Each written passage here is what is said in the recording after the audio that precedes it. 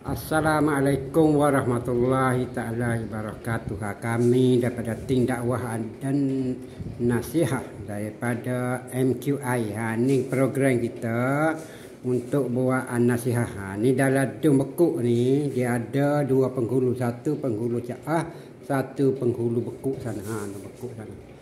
Jadi masjid dia dalam Caah ada tiga ni. Masjid Caah, Masjid Katrik dan Masjid Temu Jodoh.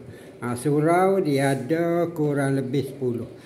Jadi kita nak buat program sini, dia panggil program nasihat. Nasihat ni Sabtu malam Ahad. Lepas pada maghrib, masa dia lepas maghrib sehingga isyak, mana hadis 40. Jadi kita akan buat online.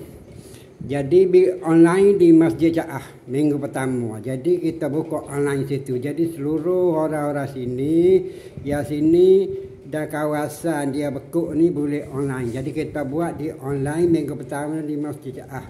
Minggu kedua di Masjid Katrik, minggu ketiga di Masjid Temu Jodoh, dan minggu keempat di Masjid Surau MQI ataupun surau di Pancajaya Bekuk. Jadi orang-orang yang berminat bolehlah itu online. Masa kita ada di masjid tempat tu, dia boleh berada di masjid lah. Program yang kedua kita buat di kawasan Dung Bekuk ni. Program yang kedua tadabbur Al-Quran.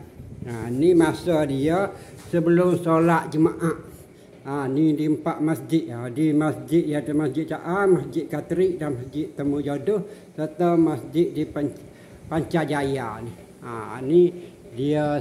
Lepas tu ya tadabbur yang keduanya hari Khamis malam Jumaat. Jadi kita akan buatlah. Jadi kita untuk memarahkan masjid, kita buat online dan offline. Mana offline kita berada di masjid. Contoh di Masjid Caah, orang Masjid Caah tu dia offline. Tapi masjid 3 lagi masjid, Masjid Katrik, Masjid itu Temu Jodoh dan Masjid Pancajaya sana online. Masa tertentu itulah.